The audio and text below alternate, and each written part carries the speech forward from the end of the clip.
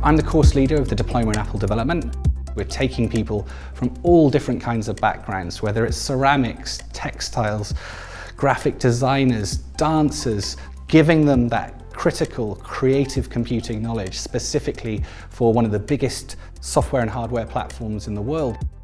What I really wanted to do was to make sure that students could understand that the home screen was a place for them. It wasn't just a place for consumption, it was a place for production, for making.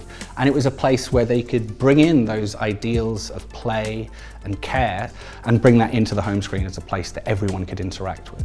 We're an Apple-approved training centre. Of course, it's not just that. We've made our own content around machine learning, creative computing, and really melded those official materials from Apple together with the stuff that makes UAL so great. Anyone at UAL can come and study at the Apple Diploma.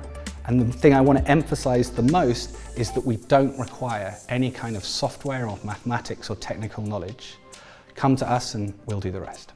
Over summer I was a bit worried that I'd be the bottom of the pack and not really understanding other people would have coding knowledge, but that was not the case at all.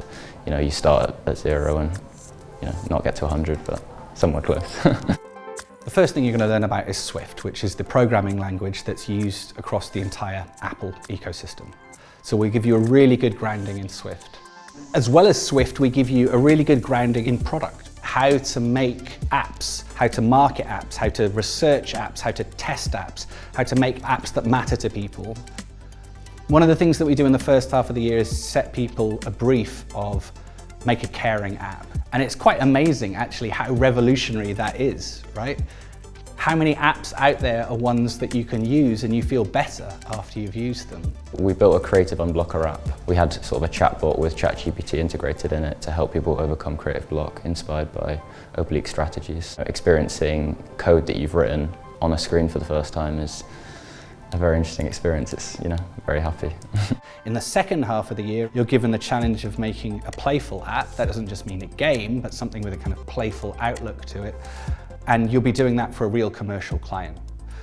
Last year, we were lucky enough to have the extraordinary Toad Bakery across the road from Camberwell College as our client, and we churned out 5 extraordinary apps for them, from augmented reality pastry quizzes that would help you decide what kind of pastry you should buy and then superimpose that on your face in real time, to a missing words game that resulted in, of course, pastry-based clues, but using cutting-edge machine learning to take the first letter of any of the objects you were looking at to be your word guess.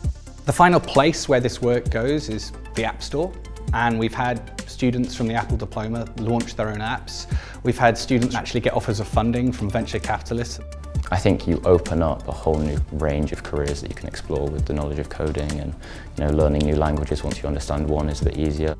One of the reasons that I came to CCI is because it put together these two things that I really love, which is this kind of left brain and right brain. When I was going through my undergraduate degree and doing my master's, I had to take separate degrees at Imperial in Maths and Computer Science and then an MA at Royal College of Art. I had to forge that path for myself because there wasn't anywhere for people like me, people who didn't feel that the binary of you either have to be an engineer or an artist or a designer or a mathematician didn't make sense for me. And I don't think it makes sense for a lot of other people. And I think that's what we need more of in society and in the world. People that aren't in just one lane, but people that can cross lots of disciplines and be critical of all of them. Joel can really sort of build that community, and it's very friendly. I don't have anything negative to say about the course. That might sound disingenuous, but honestly I've absolutely loved it, and it's been the perfect decision for me personally.